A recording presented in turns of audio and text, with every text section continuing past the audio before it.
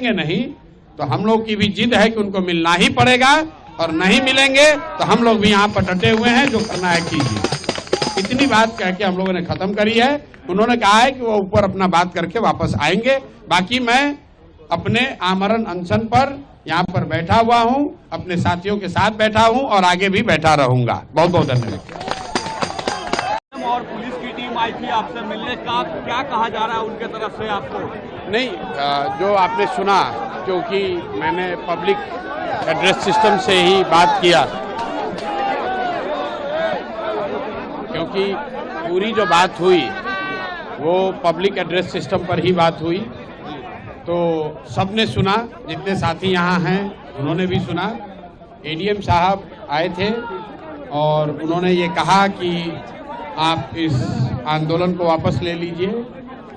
मैंने जो उनको कहा वो सबने सुना कि ये मेरे लिए संभव नहीं है, क्योंकि इतने सारे साथियों ने भरोसे से जो मेरे पे विश्वास किया है उससे हम लोग पीछे नहीं हट सकते हैं।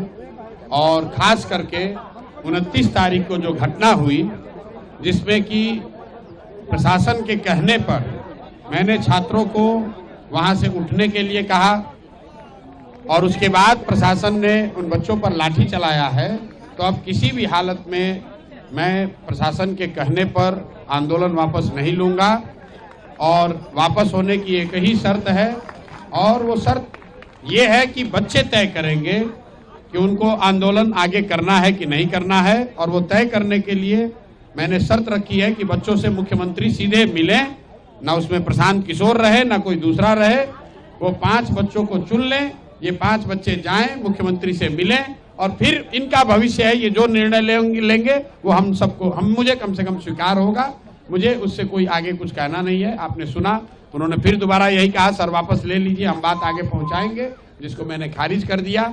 मैंने उनको ये भी कहा कि अगर आप जबरदस्ती करेंगे, आप पकड़ना चाहेंगे, तो उसके लिए कोई जबरदस्ती बल प्रयोग करने की जरूरत नहीं है। आपको लाठी मारना है, हमको मारिए, हमको पकड़ के ले चलिए।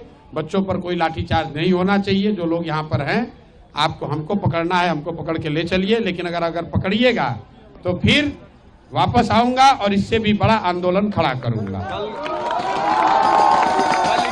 29 तारीख को हम लोग गोलंबर पर, जेपी गोलंबर पर हम लोग बैठे थे।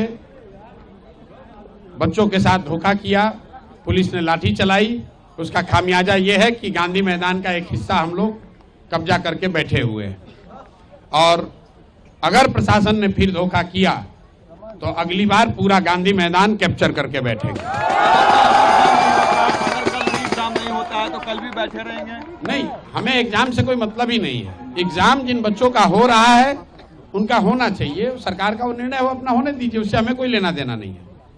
जिन बच्चों का एग्जाम पहले हो चुका है उनकी शिकायत है, बात उनकी होनी है मुख्यमंत्री से।